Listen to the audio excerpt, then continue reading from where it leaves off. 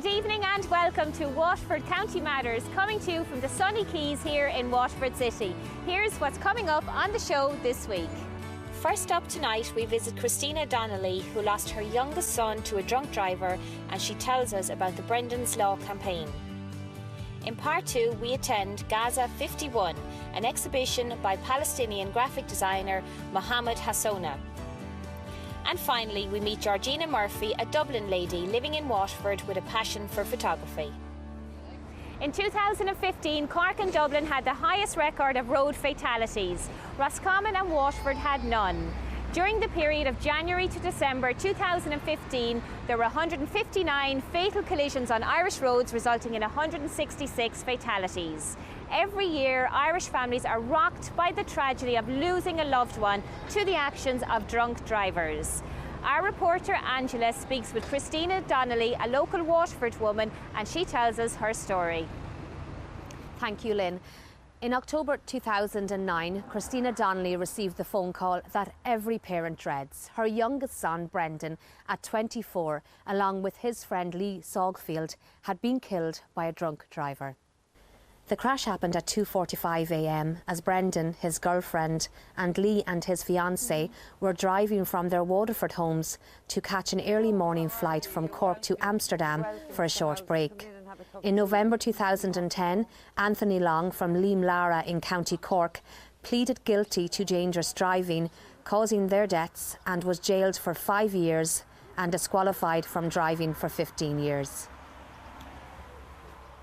So as a result, Christina, you have been campaigning for Brendan's Law. If this law is passed, what will that mean? Brendan's Law would mean that a lot more lives would be saved. A lot of lives have been saved since Brendan's Law was in the embryonic stage up until today. But the three main objectives that I set out in Brendan's Law, which is to remove a drunk driver who has been charged in the Garda station with being over the legal limit, and his car and his keys are impounded in the station. Now in Ireland, that driver is free to leave the Garda station and continue driving until such time he appears before a judge. Now, I know we're talking about presumption of innocence, but with all the support and all the messages, and from speaking with hundreds of other families in the same situation that have lost a loved one to a drunk driver, each one of them have said, you know, it is so hard, it's a very hard task to bear, knowing that somebody has willingly and knowingly got into a car, either drink and drugs being a contributory factor, and has taken the life and destroyed the lives of families. So personally, from this mother, I feel that if you get into a car with, and you are charged with causing a fatality due to alcohol, that you lose your privilege. You lose that right to drive, because if you know how to get into your car and you know how to get out on the road and how to start your car and find your car, you must know that you're doing the wrong thing. And it's unacceptable. It is unacceptable. What stage is it at now, Christina? Brendan's Law, I'm absolutely blessed, due to public support as well, is ongoing all the time.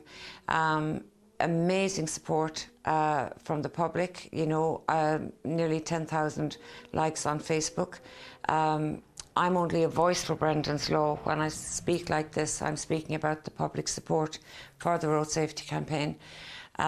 It's at a stage now where many of the viewers, many families will know that, you know, we got as far as Leinster House, met with the Transport Minister 2 years ago, had the opportunity to meet with An Taoiseach last November, and I'm hoping to meet with the Transport Committee in a couple of weeks' time.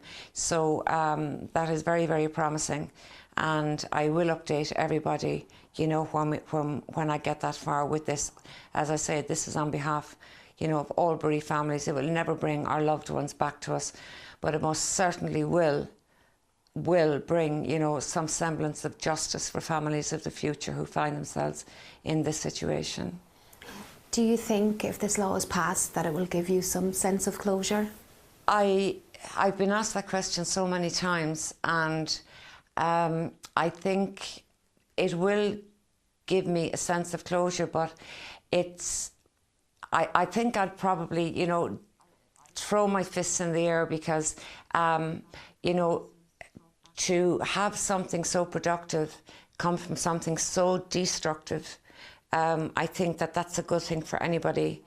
And I feel in a way that although I never asked to go down this road, as other families the same, I feel that I've had tremendous strength as well from Brendan, because I never thought in my wildest dreams, you know, that I would be continuously speaking about the most amazing young man, you know, my youngest son in the past tense.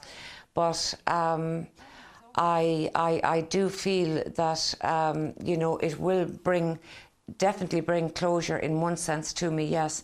But from the loss of Brendan, you have to learn to live with that loss for the rest of your life. Take me back to that morning. Where were you when you heard the news of Brendan's untimely death? I was actually in bed, and I would always keep my mobile phone beside me. That's something I always do, just in case a family member would ring with a God forbid, an emergency of some kind. And my other son, Sean, was in Waterford, about 4 miles away. And my phone rang, and I couldn't get a very good reception. But I got Middleton and Garda, and even in the sleepy haze, I knew Brendan was heading to the airport, and I thought for a split second that Brendan had forgotten his passport or something like that, and they'd gone to a guard. That just went through my head, and I just said to him, "Guard, I can't hear you very well. I'll go out to the kitchen." So I went out to the kitchen. I said, "I can hear you now," and he said, "Is that Christina Donnelly?" And I said, "It is, yes." And I basically, you know, "What's wrong?" And he said, "This is Garda such and such from Middleton Garda Station." And he said, "I'm sorry to tell you," he said, "there's been a crash." He said, "and Brendan is dead." And that's how I found out. How did you cope in the aftermath? I couldn't take in what he was saying to me. I could not take this in. My son was going on holiday, and he would always ring me, even if he went to Dublin, to let me know he was there safely. And when he said Brendan was dead, it just didn't sink in. It was too much. But I remember screaming down the phone, you know, "Where is he? I have to get to him. Where is he? Where is he?" And he told me where the crash had happened. And I can remember then basically just screaming, "Oh no, no, no, no." And I remember falling to my knees at the sink. And when I got myself a little bit together, he asked me if I drove, and he asked me not to get into my car and to wait for the Gardaí to get to me. And one of the hardest parts of that was having to go into Waterford and knock on the door and tell Sean that his brother was dead. I will never forget it. I will never forget that. What was Brendan like? My Brendan. Brendan, he was one of the nicest guys you could ever wish to meet. And he genuinely was, and I'm not just saying that because he was my son. Anybody would tell you that about Brendan. He had the most beautiful soul, and he was always trying to achieve, and he was so proud of himself. He won Young Writer of the Year at 10 and had some of his work published, but he'd never talk about it, you know. He would go off and find a job during school holidays. He never, ever, ever, he would continuously text me and phone me, "How are you, Ma?" Always called me Ma or Mother. He was a very humble young man, an extremely humble young man. And the one thing I can truthfully say about my son was he was so loyal. He was so loyal. And he had a lot to learn. There's a guitar there that he wanted to learn, a new car that he wanted to Mini. do up. We got him the Mini for his birthday. He was maddened. He was a real 60s kid. And his little Mini that I took out of the garage this week that he never got to drive, which I find very, very hard. And his guitar, which is here, that I bought him at 13 or 14 because he was big into music, massive music collection. So there are so many things that, not just for me, but for all families, that if only drunk drivers or people that continue to drink drive could only imagine the pain and suffering that's left behind. It's not just a funeral, and it's not the, you know, some of the memories. It's a daily occurrence, from something coming on the radio to maybe being in the Tesco's and, like with Brendan, his, you know, chocolate chip muffins or his chicken pot noodles, but he is so missed. Life will never be the same again, all because of a drunk driver. Where can people go to support Brendan's Law? People can support Brendan's Law by going into Facebook and typing in Brendan's Law. It will come up, Brendan's Law, campaigning for road safety. They can like the page and share the page. They can comment on the page. If they feel that they would like to send an email, perhaps, which should only take seconds, to their local councillor or their local TD. Every little helps.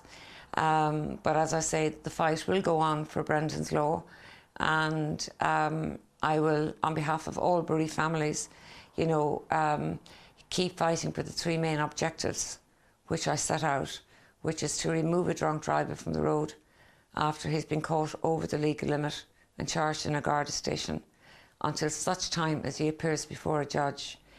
And as I said before, we are talking about collective evidence and presumption of innocence.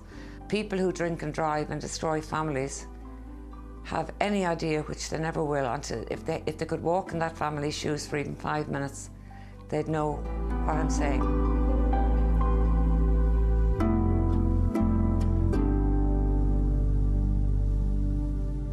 A very powerful story there from Christina, and we wish her the very best of luck going forward with the Brendan's Law campaign. That's all for part one. If you have a story, remember you can contact us via Facebook, Twitter, or at Waterford at irishtv.ie. See you after the break.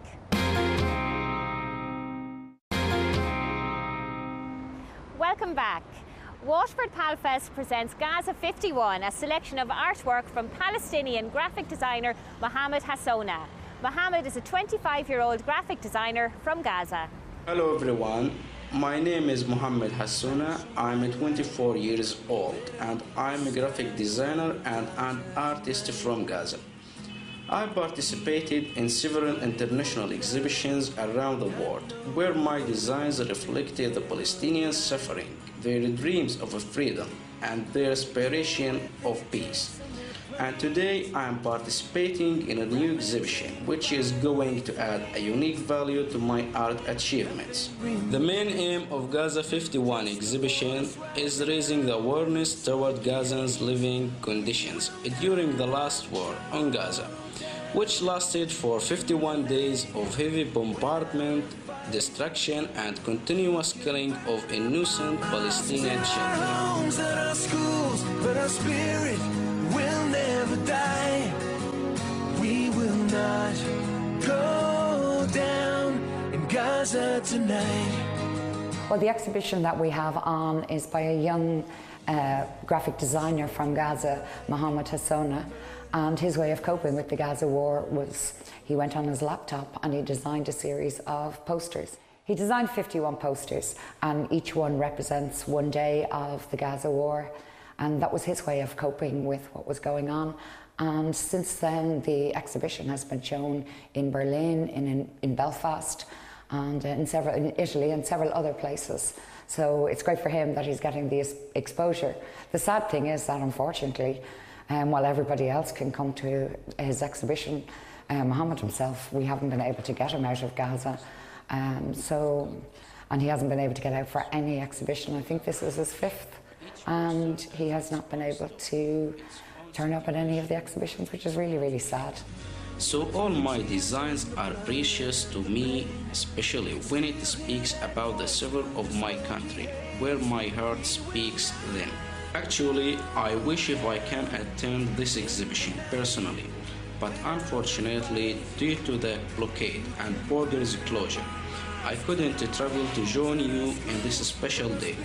I hope to be with you in other next coming exhibitions. The 8th of July is very significant because in 2014, that was the day that Israel started bombing Gaza. And as you know, the war went on for 51 days. And last year, in 2015, actor Donald O'Kelly and a number of activists, artists and performers all got together and decided to run a nationwide festival called PALFest. Thank you for everyone who supported me to succeed in this exhibition and to transfer my message of freedom to the world. We are Palestinians. We deserve to live. We deserve to dream. Without a fight, we will not go down in Gaza tonight. Ireland's Gum Litter Task Force, in association with Irish TV and Select Hotels of Ireland, is offering 5 prizes of 2 nights bed and breakfast plus 1 evening meal from Select Hotels of Ireland. To be in with a chance to win, simply email a picture of your tidy town village with your contact details to competitions@irishtv.ie, or you can enter on Twitter and Facebook using the hashtag IrishTVGLT. Winners will be notified by July 31st. Terms and conditions apply. See www.irishtv.ie for details.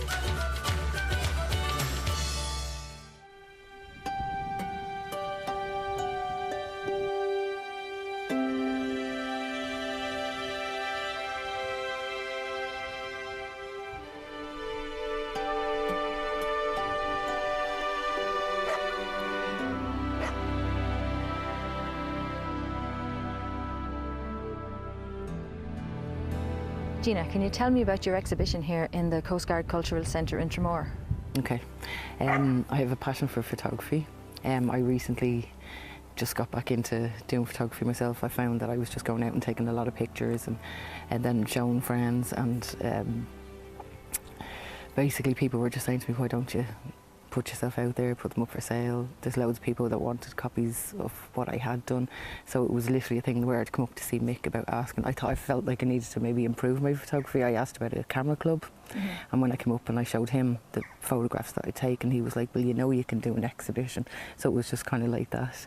So that's why I decided to put it together and put up a few photographs here. What inspires you to take these photographs? They're of Waterford? A lot of them are Waterford. I am the kind of person where I have to be kind of out and about a lot. I can't be in. I like going out and going for drives, especially like if the sun is out and we live in such a fantastic part of the world. I find with Tramore you can hop in the car and in any direction you can go. You've got the mountains, you've got the coves, you've got the beaches, and I will just take pictures of anything and everything and edit them, and pictures of flowers, the sea, the mountains, trees, animals. Like I've got some really good ones of cows and sheep and just everything and anything, and I just love it. And I'd say that even in the last couple of months getting back into it, I've got like thousands of pictures taken that I've gone through. And so what is in the exhibition today? I've got a kind of a mix. It's so many, it was hard to put them all together. I've got pictures of Tramore Harbour. There's 1 or 2 of Wexford, because I'll just go off anywhere. The mountains, kind of scenes of the Comber Mountains. There's a good few of beaches. I've done some rock art. I've got a picture where you just go down on the beach and do some rock art and then take a picture, and you'd have the sea in the background. It's just making it different. It's kind of, with me, I like to put something, like you can take a picture of that, but I'm the type of person I'd like something, you kind of have a focal point, so it draws somebody to something, but then you've got something in the background, so it kind of makes the picture look bigger than it is sometimes, that kind of way, with some of the pictures that I take. So yeah.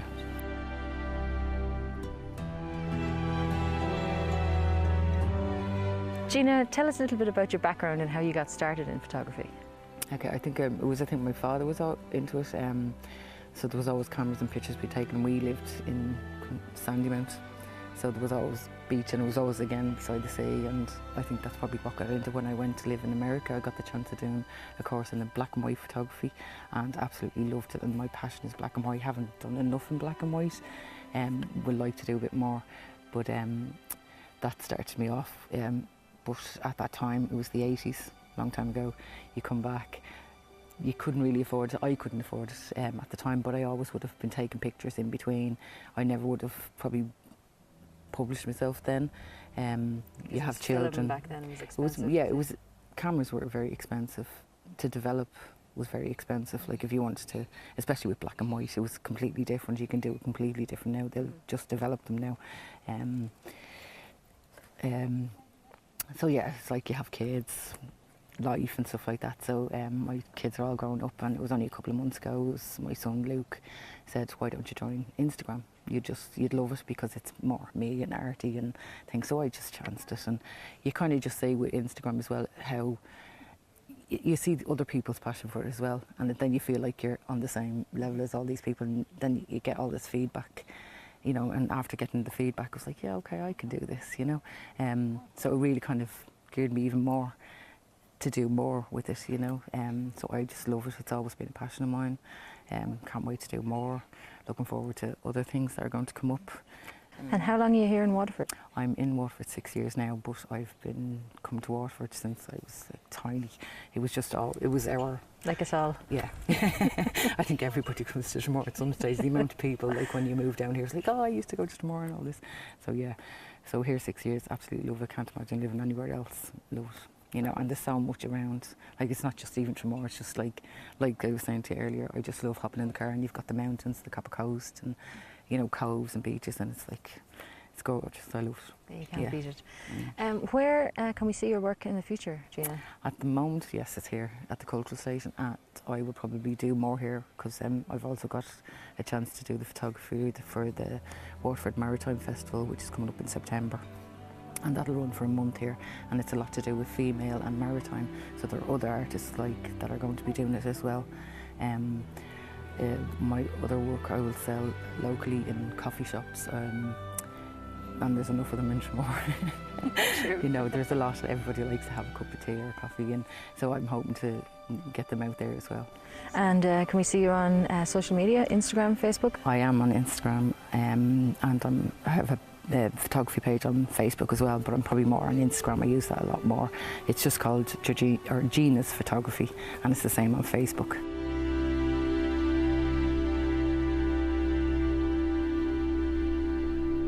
We do hope you enjoyed all the stories we brought to you from Waterford this week.